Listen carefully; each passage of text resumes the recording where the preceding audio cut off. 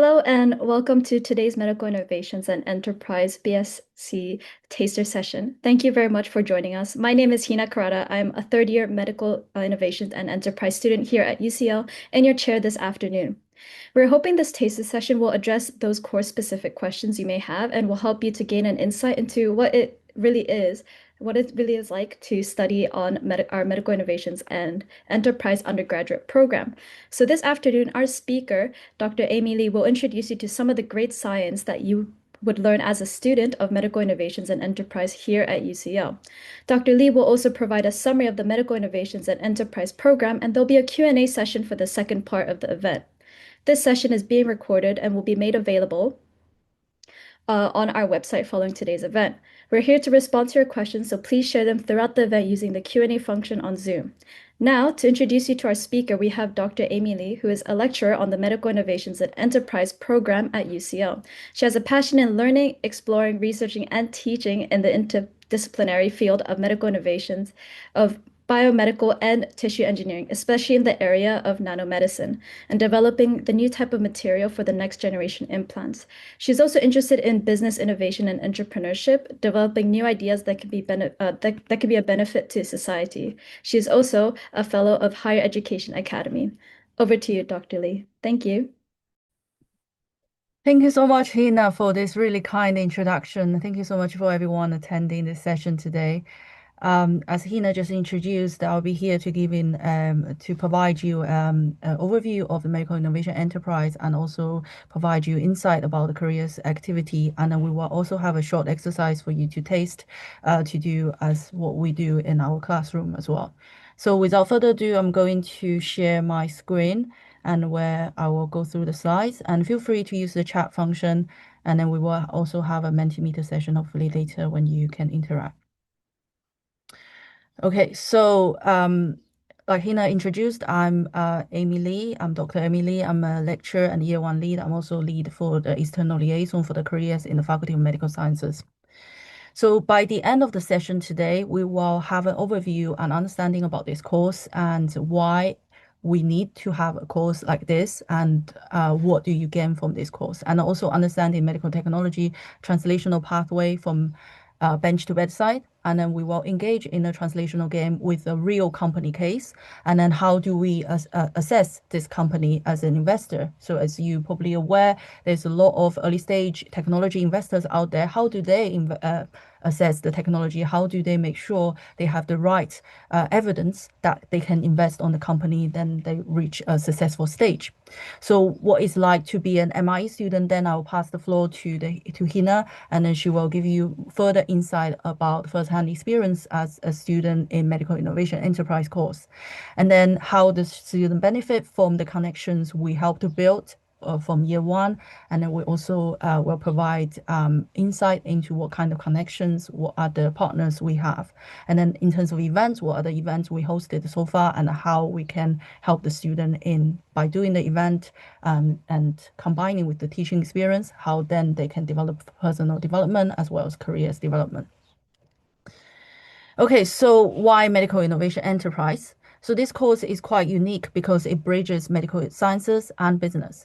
So we have scientists for medical sciences in the Faculty of Medical Sciences, and also we work with UCL School of Management on providing modules in business teaching. And then we have a great emphasis in creativity and critical thinking and communication. There's a lot of learning objectives where you have to work in a group and also you have to communicate in various ways as well. And then there's a great emphasis in critically praising the science you learn. Okay, so before I jump into further detail, I would like to ask you if you can interact on this chat function, perhaps 2 or 3 minutes about healthcare challenges. So what are the biggest global healthcare challenges that you are aware so far? So after that, we will have, an update, and then I will provide you further information on this and how does that relates to the course teaching. So if you can spend 2 to 3 minutes and drop your answer in this chat, and then we can take a look on what you have. Poverty and healthcare affordability. It's great. limited affordability and access to healthcare. It's very good. Critical shortage of healthcare professionals. Very, very nice. Lack of healthcare resources. Exactly. Especially, there's a lot of uncertainty around the world now. Cost of specialist equipment. Exactly. The economic pressure at the moment, workforce, funding in different countries, underfunding of hospitals, long wait time. Very, very good. We have a lot of very relevant answer pressures of aging populations. Any more? Long drug discovery pipelines. Exactly. We Is- also have some in the Q&A where it says diabetes, Okay. healthcare preparedness, and mental health crisis. Okay. So non-communicative disease, chronic disease like diabetes, mental health. Exactly. Climate change. Yeah. Global warming and how that affects disease, pollution, antibiotic resistance. Exactly. And like antimicrobial resistance and how to treat those diseases. Current outbreak of meningitis, Ebola, hantavirus, exactly. In low, what is NTDs? In LICs, I think there's a lot of abbreviation here. If you can, inflated prices of treatment, neglected tropical diseases. Wow, that's really, really good. Any more?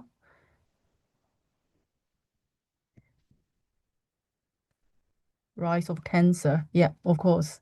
There's a lot of different types of cancer out there. So there's a lot of treatments, personalized treatment for cancer, convincing patients that they should or shouldn't take a specific drug. Okay, nice. And then we have more in the Q&A as well? We have another of average hormonal levels. Average hormonal levels. What does is it what does it mean? Think more context on that, perhaps. Lack of healthcare access in informal communities. Yeah, and antimicrobial resist cardiovascular disease. Exactly. I think um we really are, aware of those very key, very important key issues as I Yeah. outlined here. As you can see, we all touched on this. As you probably also aware of this, also a lot of movement in terms of women's health as well, and then also the diversity of data people get and data security. And then in terms of conflicts of, for example, multiple wars in different regions around the world, and then people may have a scarcity in resources, climate change, which moves the disease out from the habitat before deforestation and funding cuts. I think we all touched on these areas. I think another area would be, really understanding how data is processed, how to use data, why the data is not being really recognized enough. There's still silos in the systems, which really impact on how you build, a lot of infrastructure or AI system. It's not because of the technology are not there. It's also because of a lot of time we have the human resources difficulties, like some of you already touched on. I think I think all these areas are great, external factor which causes internal or like as a scientist, they coming up new medical innovations. And that's why we're here. And that's why we need new medical innovations. But before we actually thinking about, the science of medical innovation, we need to aware of different stages of the translation. And because we on the science, we are interested in about the translation. Every translation we discussed about today, the external factor when you're coming up specific application, you need to think about how you can translate it safely. How does it, how does it interact with the regulation? How does it interact with the different regions around the world, how it works with different patient profile, and how do you translate it efficiently and timely to the patient? And now I bring you this phenomenon called bring value of death, because the value of death is not just happening when we translating a science to preclinical or discovery setting actually happens multiple times in this translational pathway. So as you can see, what we mean by value of death is that innovation is only one slice of the puzzle. So innovation, the science, understanding how it works is very important. You need to be critical. You need to look at the literature and evidence. However, understanding other aspects such as project planning, regulation, intellectual properties, how a particular healthcare system adopt a technology, and then how does people pay for the technology? Who is the ultimate payer for it? It may not be the patient. And also thinking about whether or not the thing you design for the patient is actually meeting their needs. They can actually use it. Important, you need to engage with the patient and public in co-developing your idea. So I want to highlight you here is about the translational pathway. So I'm using this example, it's called bioetic glass. Bioetic glass is a biomaterial for bone implant. So this glass, it helps to bridging the damaged bone to enhance bone remodeling function. So when a scientist in the lab, when they want to start a new project, they always need to have some financial support. And how does that happen is via grant. And how does they successfully applying for grant? It has to based on their track records of their research, and the research has to come from publications, so people are aware of what they have done. And then in terms of that, once they got grant, then they need to think about research and development to translate the current technology or current science into the next stage. It doesn't matter if it's a preclinical, i.e. to animal study, or is it in vitro, or is a physical chemical characterization. They need some financial support or grant to turn a successful translational pathway to the next stage. And then if they think, oh, now is a good time, they have a good application, there is a social impact or commercial impact on the application, they have to think about patent, because all the money and the time they invested in it, they have to have an exclusive right to operate, to develop further. So that's where they start to apply for patent. And that could be, technological patents, or it could be other types of intellectual properties. Then they have the product, they design the product with the development reaching the stage when they can have this product prototype. Then they have to test the product. And it's normally in some sort of models, for example, animal studies, and it can range from small animals with the specific disease profile to larger animals before actually go into clinical trials. Because at that time, we need to make sure it works and then it's not toxic. And then normally until they reach the animal study or later stage of cell study or in vitro study, they start to think about company formation. That's where the business entity can come in. For example, you have like a business support from universities. Do we have any question in the chat? Yes, we do. Yeah. One of the questions is, what is the time scale for this whole process? This is a great question. So if you're talking about the particular case of bioactive glass, and then if we look through the literature, you actually found the idea was came out around 1969. The first formulation in animal was around 1980s. So it took them around like, I would say, almost 20 years to reach animal studies. But nowadays, because of technology advancement, you might be quicker. It depends on the type of technology. If it's a medical device, it might be a shorter translational pathway. If it's a pharmaceutical, it might be longer. So it depends on the type of medical innovation, also depends on the technological advancement, as well as the funding a particular innovation has as well. So any further questions? Yeah, there's another question on if you work on making AI integrated innovations as well.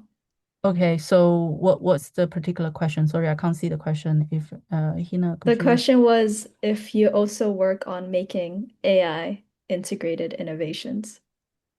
Do you I like think also work with it? Yeah. me particularly, I have experience on large language model and Gen AI. However, when you look into AI, there are two types: probabilistic AI and deterministic AI. So it depends on which type of AI you're talking about. AI itself is an umbrella term. It can encompass machine learning, you can have convoluted neural networks, you can have large language models. It depends on which type of AI you're talking about.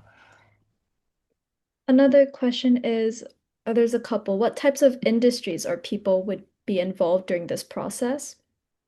So I will talk about that in a bit about Hmm. partners involving with the course as well.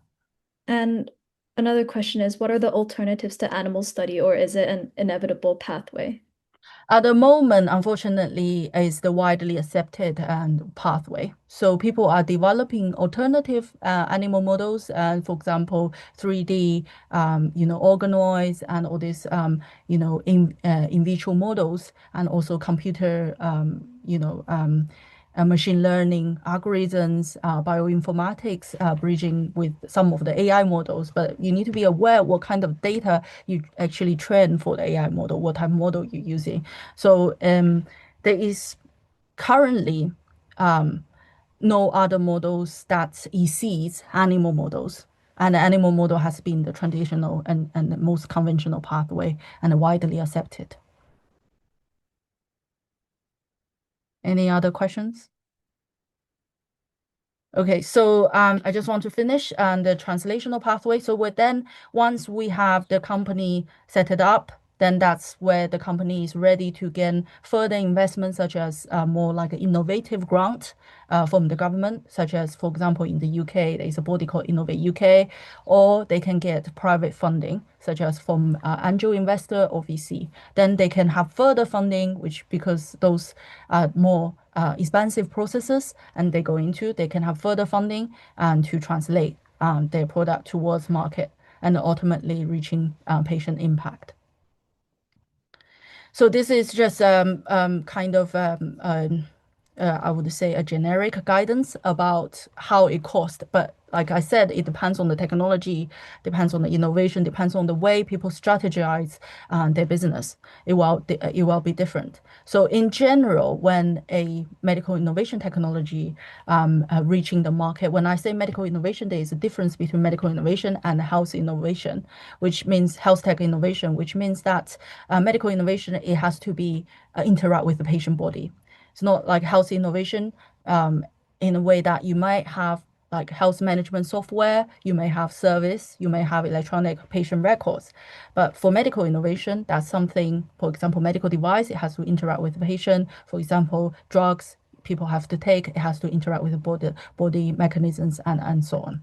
So this normally would cost quite a lot. For example, you can see that clinical trials, there are different stages of clinical trials. In total, it could cost more than 3 billion.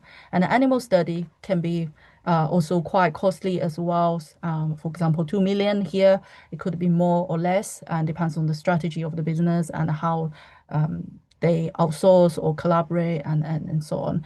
And then IP costs. So it depends on what type of IP, how many IPs, and who involved with those IPs, and then searching and then making sure the IP is going to be successful.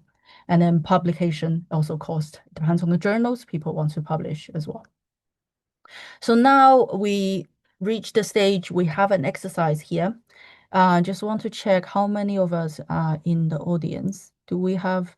Okay, so we have around 48 of you. So I have a Mentimeter. So before we jump into the Mentimeter, I want to introduce you this real company, spin-out company from UCL. It's called Panda Surgical. It's a company, they developed this handheld dexterous robotic medical device for brain surgery. So the reason for that, you can read through on their websites. And then I have some questions regarding afterwards as well. So I want you to spend around 10 minutes on this company. I think if you are not in a group, I think by yourself, if you can consider those questions in the 5 questions I have here, and then go on their website, pandasurgical.com. As I said, it's a UCL spin-out company.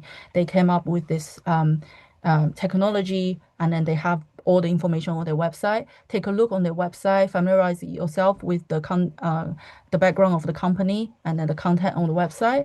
And then if you can, try to find out the five questions. And after that, I will have a three multiple choice for you on Menti, and then you can engage on. Any questions Someone, from the audience? Yeah. yeah, someone asked if this product came from students on this specific course. Not from the students, but also from another student, a PhD student from UCL before. So it's not from for this course, but it's from a UCL student who become part of the work together with the supervisors, and then this become a part of the companies got spin out and via UCL.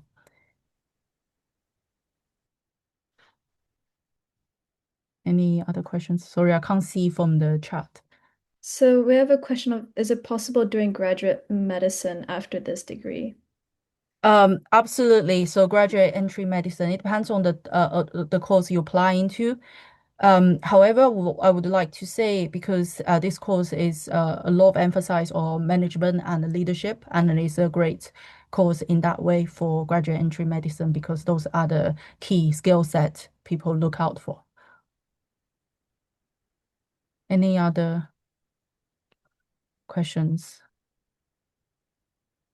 Question is, how much are graphene biosensors in the market currently, and how much would they be in the future if used to detect biomarkers? How much you is it? Sorry, I'm not quite sure what this question The asking. question is on how much are graphene biosensors in the market currently, and how much would they be in the future if used to detect biomarkers? Right. Okay, so we have a few different so are you asking the market size for this or are you asking the I guess you're probably asking the growth of the market size, perhaps? I Um, think both, yes.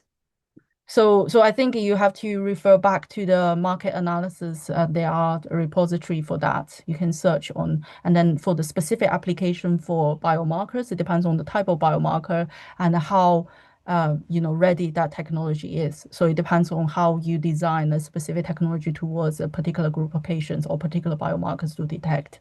So what we always look into is to find the evidence through literature search and through market search and through the type of graphene design, how, for example, you have various framework you can assess, and then you might have some secondary data to tell you the overall growth in the market, but depends on the technology itself, it might have variations. So you need to look into that.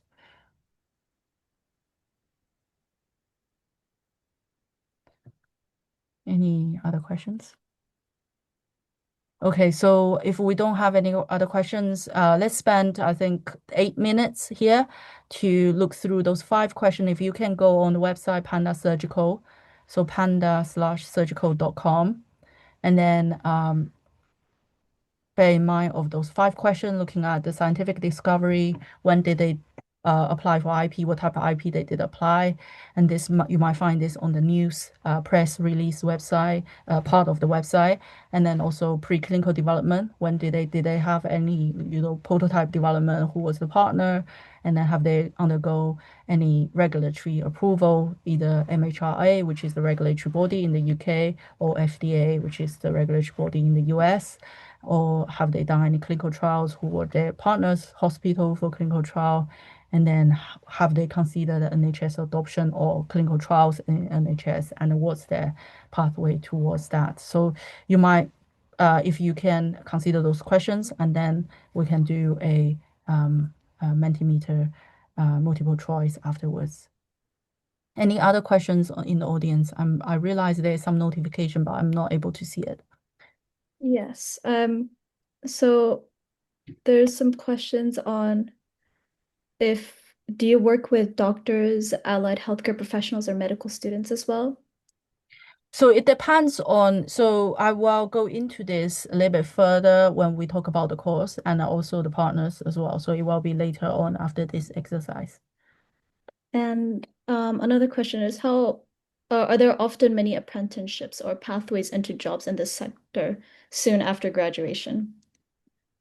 That's a really good question. So I know everyone's quite interested about careers aspect. So in UCL recently, there's a new policy about pillars of employability. So depends on which year the student is. For example, you're entering a 3 years degree, you because we provide you opportunity to connect with the partners and the companies, so you can start to build your networks. It depends on how you want your you know uh, careers to grow. So, for example, we advise students in year one, they go into some sort of insight day, spring program, and hackathons. Year two, they gain an internship opportunities to build on their experience, and then maybe involved with some literature search and research type of activities. On year three, they would have some research projects they need to do and further internships, longer internships, and then over the years they build on their careers. Any other questions in the chat? Yeah, I'm currently answering some, but there's some questions about the entry requirements Okay. and if it's easy getting in terms of how many applicants apply usually to UCL. I don't think I have that information. Maybe we would refer um, them to the Hmm. admission team. Yeah. Depends on every year, I really. think, yeah, I think it depends because UC as a whole, it's quite competitive, Yeah, but I think it is really dependent on each kind of program yeah, and like kind of popularity. I think because this year as well, like medical innovations has been increasing in popularity as a program. So um, it's hard to tell like if it's easy or not, but that's the best answer I could think of right now. Another question is, how common is it for students to go for a startup after graduating, and how does UCL help them? Wow, that's another question I will introduce after this exercise as well. So there are a lot of opportunities, and as I'm the careers lead, I can also provide a lot of this opportunity. I myself I gone through a lot of those before as well with the experience with the network. So I will introduce that in a bit after this exercise. And how did you choose to go into this industry? And is this a new course only at UCL? To answer the second question, this course has been here for 7, 8 years. So it was the first one in the Europe. So it's a very interdisciplinary course, and then it has a lot of potential. Especially the aging population and people aware of the public health, growing issues and so on. So innovations and translation with the help of AI is a lot of growth in this area, and then also the governmental policies out there. And then in terms of how did I move into this industry myself? So I have been a serial entrepreneur myself. So I also involved with various companies before. So I was entrepreneur, had my own company.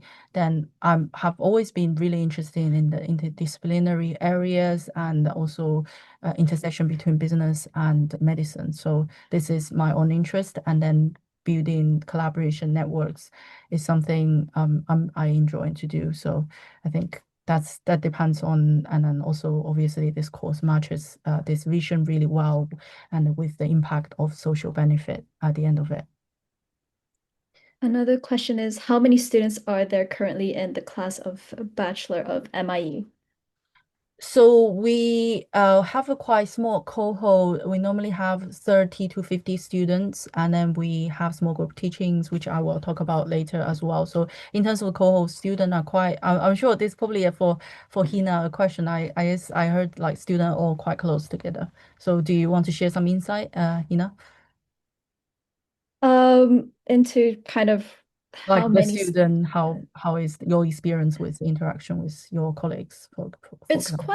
it's been quite positive because they're all very hardworking. And they also, I think is quite interesting about this course, and um, I feel like it's important to mention is kind of the, I guess, degree of where you can like head to. So I've noticed that some of my, I guess, classmates are much more interested into starting like a startup or doing something entrepreneurial or I've noticed some that are more interested into consultancies, as well as I've noticed too some have decided that they want to go more into research. And so I guess because everyone's kind of taken their own pathway, we're kind of like we're here all together because we're interested in this, but I've noticed that they're all very like different people with different ambitions, and I think it brings a lot of insight into like what you can do for the future. Yeah. And what is the recommended A-level choices to prepare? This will be in the coming section on kind of the program overview of what you'll be kind of expected to get for IB and A levels. Another question is compared to doing a broader degree like just bio and chem, which can be widely applied in many jobs in graduate, it is quite narrow in late employment. So I think this is more of a question of like, I guess, career, like what you can do moving forward with this. And um, So, from, yeah. yeah. Do you want to? Sorry, I want to. Do you No, you want? could please. So I want to also highlight is that when we look into biological sciences and some broader subject, we need to be aware of um, what is applied, what is the fundamental aspect. So a lot of those subjects may be fundamental sciences, and then in our subjects, we are more translational applied medical sciences and with the innovation aspect. So that's the difference. Yes. Any And could you do medicine, then go into this course, or is there anything else you have to do to get into this course? I think that's a mission question. So, Hmm. for my understanding, you need biology and then you need another two science degree. Yes. So I did IBDP, so I didn't do A level. So I think the criteria is just slightly different, but the application process was through UCAS. And in terms of kind of my IB courses, my higher level was biochem, math, AA, and economics, and English, and I think Japanese for standard level. And I think A levels, some people I believe did something with chem bio and business or something along the lines were included, one of the STEM subjects. And so this will kind of go more into later on when we're looking at kind of the program or overview. And another question is, since this course was the first to be introduced in Europe, what makes it stand out compared to other universities like Imperial, which attempted to present a similar course? Um, Well, I think fundamentally, first of all, this course was the first one in the Europe. It was very interdisciplinary, connecting at least three different disciplines together: medical sciences, business, law, and also entrepreneurships. And on top of that, when we as a student or entering, um, between academia and the real industry or the like the work setting, we need to be aware of this importance of building networks and then interact with stakeholders and then considering what you want to do, designing your own pathway. So I would always tell the students, uni study is not just about study.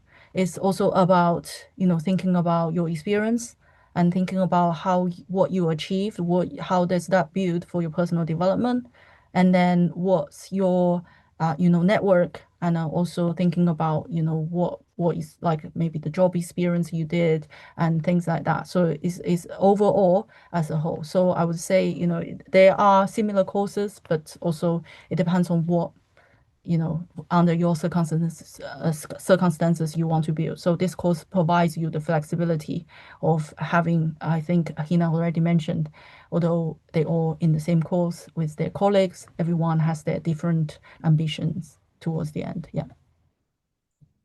And some questions are, what are the range of skills we'll be able to develop, such as lab or bioinformatics? So So as I said, lab skills, they are lab sessions for students across 3 years. And then in terms of bioinformatics, if you're interested in data science and also learning those skills, there are courses such as mathematical modeling, such as later on the courses learning about AI and ethics, and also learning about data interpretation. You will be able to gain. And also you can always learn about, utilizing R or Python to upskill yourself in terms of a particular project you want to do or involved in, project with other, companies or other students together. And another question is if mathematics required for this course. I think that's a mission question again. From my Yes. understanding, biology is the Yes. necessary Yeah. requirement. I think it's not, yeah, I don't think mathematics is required. It's Yeah. kind of more of an optional thing. And another is for the modules we learn, such as kidneys, hormones, and fluid balance, do we also get lab experience?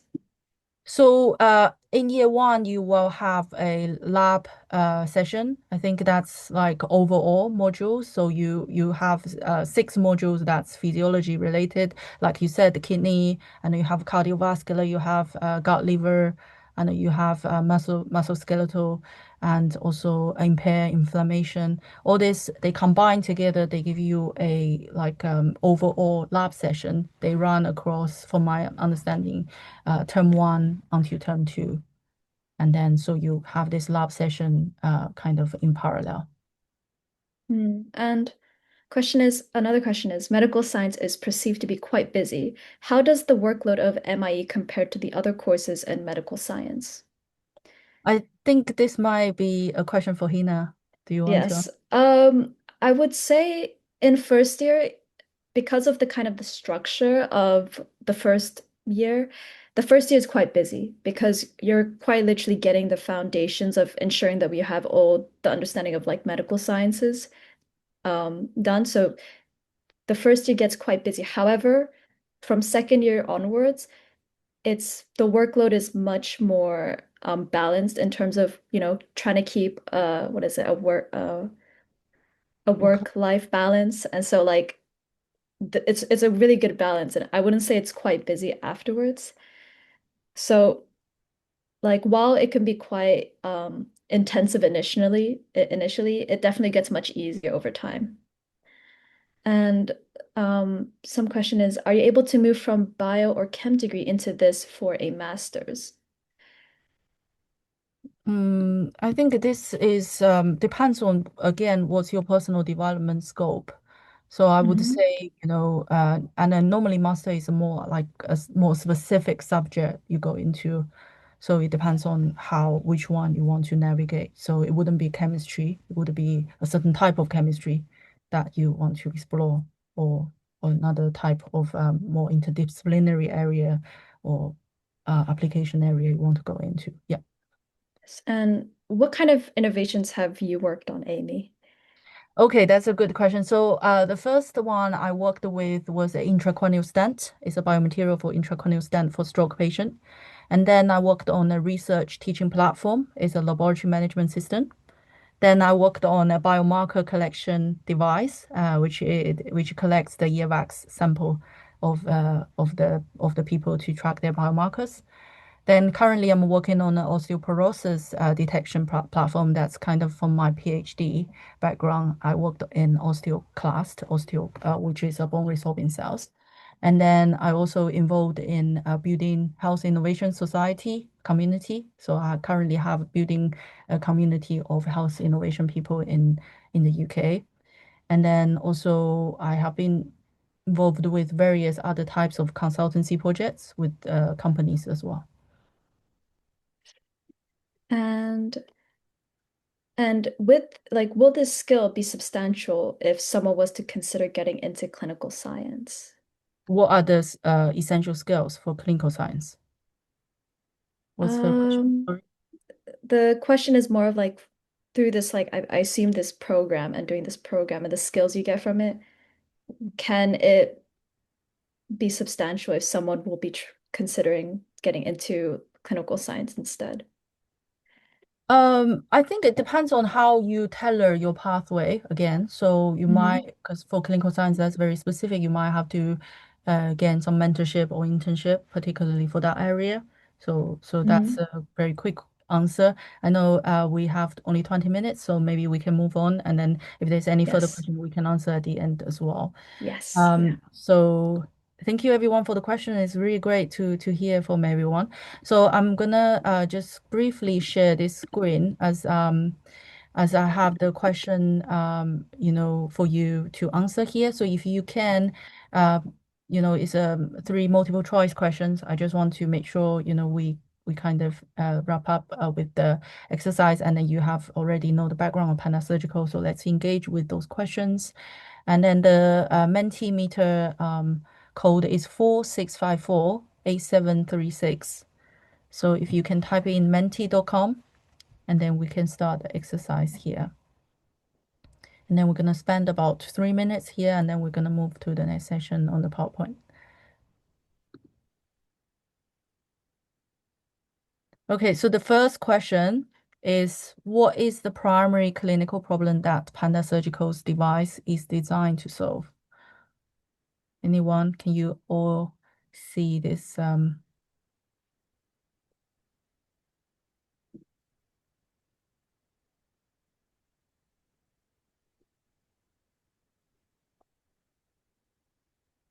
Good. Any more?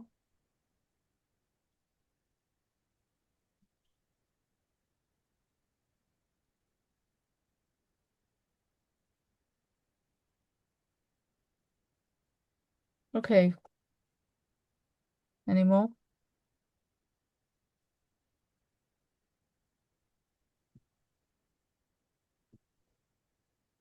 Okay, that's really good. We have 11 out of 12. Okay, 12 out of 12. So that's really good. So everyone got the right answer.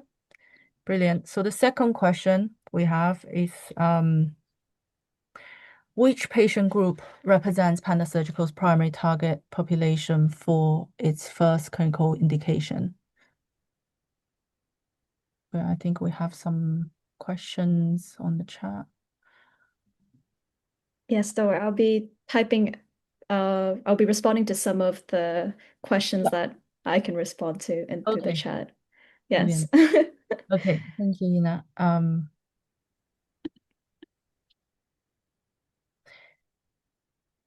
Great. Let's wait for another 30 seconds to move to the next one.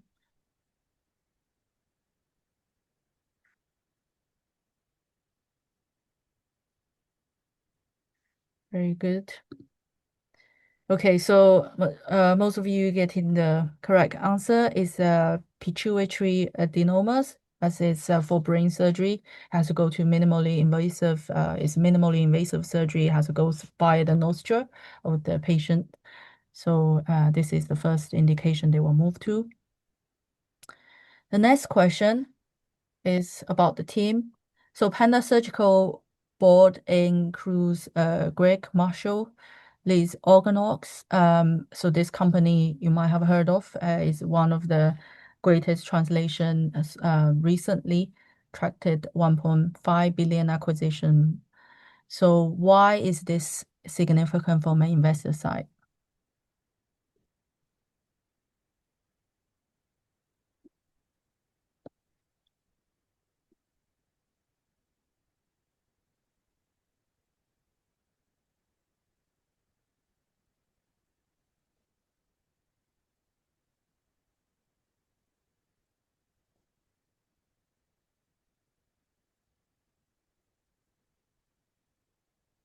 Okay, so I think we'll have 15 minutes left. Very good. So majority of you getting all the right answers, and congratulate everyone. So I'm gonna go back to the PowerPoint, and then if you have further questions, we have time, we can further address them. So in terms of teaching, I think many of us already discussed. And then in terms of format, we have small group teaching, especially for year one and two. So you gather in smaller group. For example, we have 50 students, and we're going to separate you into four groups, and then you engage with and regularly every week with the academic and your group of students, and then you have Sorry, interactive online. Amy. Sorry. I don't want to interrupt, but I don't think we could see your presentation. Oh, all right. Yeah. Thank you so much. Hi. No, I'm It's it's sorry. it's good to see the slides. Yeah. Sorry. Thank you. Um, sorry, remember to share. Can you see now? Yes. Okay. Online sessions, normally in your year one, for example, you have to learn. Okay, I've added share can you see now to the list. Let me know if you'd like to add a time or Okay, sorry, I don't know what happened to my computer. Can you all hear me now? Yes. Okay. And then, for example, you have to engage in the storyline before you go into the teaching session, where the teaching session should be more practical, and then you utilizing the knowledge you learn. In terms of the structure of the program, year one, you have 6 modules, and another one is more like a data analytic module where you engage with a lot of fundamental about health sciences. And in terms of that, you're understanding the science, how it works in medical innovation. In year two, you have further scientific modules, but you also have the school management modules you can engage with. Year three, where you learn further advanced science modules and also more advanced business module. And if you're doing a full year course, you have this consultancy project as well as advanced research projects and then other modules you can tailor. And in terms of choosing optional module for your year two, you have 2 optional modules to choose where you can, depends on which area you want to go into. It can be more science or you can be more business. For year 3 and 4, you have 3 modules you can tailor to your own curriculum. So year one, we have the basic medical sciences and business, and year two is more like understanding how the science are funded, understanding the intellectual property and the regulation. And year three, you have to come up with your own business plan. And then year four, you have the consultancy project. You work with a real company, and then you tackle their industry specific problem. Okay, so I'm going to just show you briefly the timetable. As you can see, they all structured in various stages of the term. And then in terms of the connection, from year one onwards, you start to build these connections. For example, the company showcase, you start to build the engagement with the company, and then you start to expand your network. And also there are people involved in teaching. For example, we have UCL manager coming to teach throughout year 1 to 3. And then that's a great insight from the business side as well.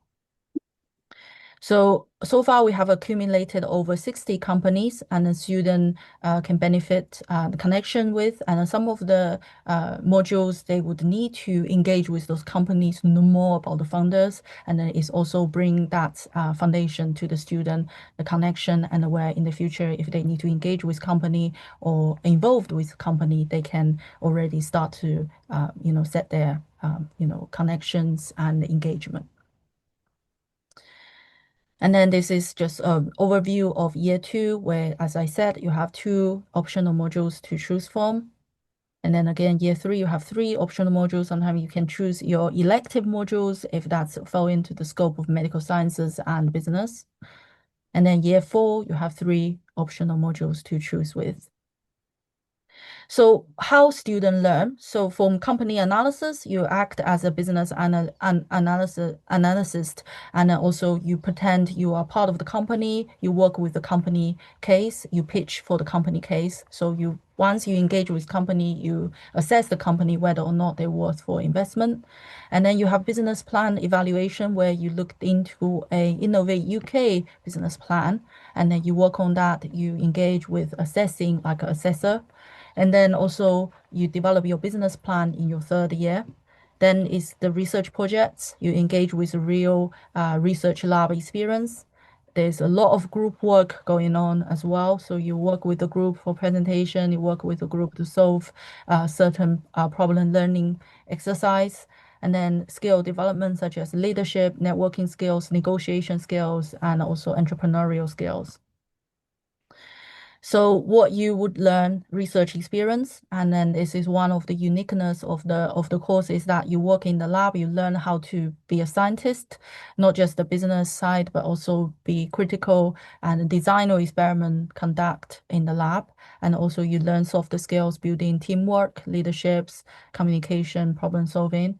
Gaining industrial experience, plan your own time, not just study, but also parallel that, engage with the company, and then bring your own specific type of internship. You can design it, and then you can reach to different stakeholders yourself. And then in terms of consultancy project, as I mentioned, there's opportunities if you're year 4 student working with external companies, either on a market research project or on an investment potential project. And then you can help the companies to produce an investment or market research report after the consultancy module. And then those other companies student worked with, such as Stower Dream is one of the personalized genomic company, and then Platinum Medica is for contraceptive, biomaterials. Then MSD UK is a minor ethnicity group supply chain, innovation incubator. Bobby Bion is a innovative breast formulation company, breast milk formulation company. So all this wide range of companies student can involved in with consultancy project. So if you're entering the MIE for first year, at the end of the first year, you still have a chance to branch into different subjects because you're all doing 7 modules. They're the same for your first year. So you still have the chance to swap between different degree streams. And then that's like a unique opportunity as well. In terms of entry requirement, as we also mentioned, and biology is requisite for this course, and then +1 from chemistry, mathematics, or physics. And then there are also different types of offer, for example, standard offer, contextual offer. And then if it's international qualification, you want to find out more, you can go through the website to take a look on the equivalency as well. And then entry requirement for IB, this is the IB entry requirement. So if you have further information or questions you want to ask about, please let us know, and then or you can contact administration for specific queries. Student also involved in organizing competition. For example, this was one of the competition we organized during COVID-19 pandemic. So, and student worked together, and we organized a pan UCL competition with 250 students engaged. And then at the end of 8 weeks, we had 34 company ideas. And then at the end, we also worked with the Santander University and then supported the winner for the competition as well.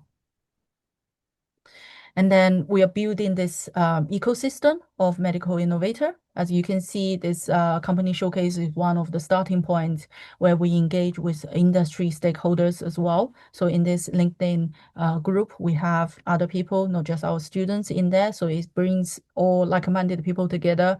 And then also if you want to increase your network and then go into different opportunity, that's where it's good to start as well.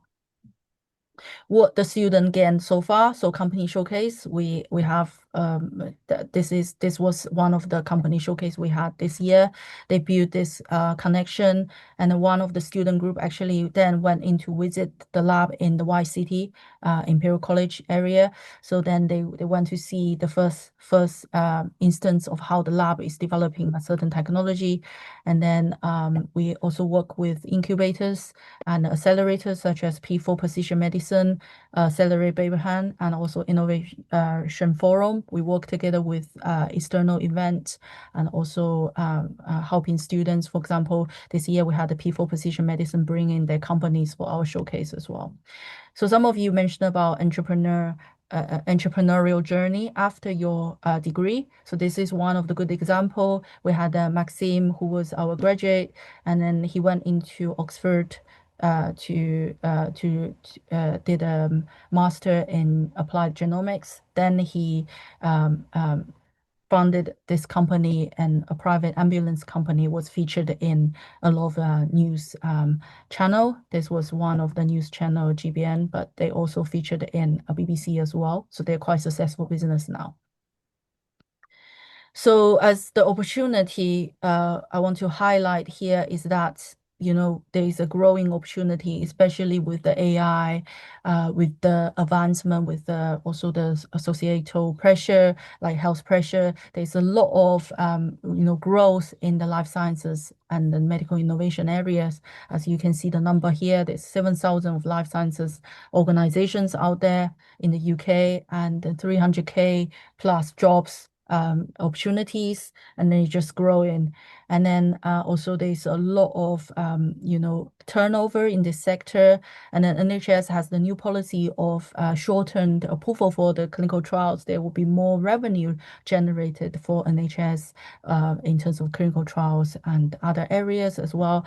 Bear in mind that NHS is the fourth biggest employer in the world. It's just like the biggest employer in the world, where it has a lot of innovation there, and there is a growing area. And then also in terms of exports, it's growing. So it's all going from the positive side by looking at the numbers, and then just by thinking about that, and by really know about the job space and the terminology of different types of jobs, there's a lot of opportunities out there.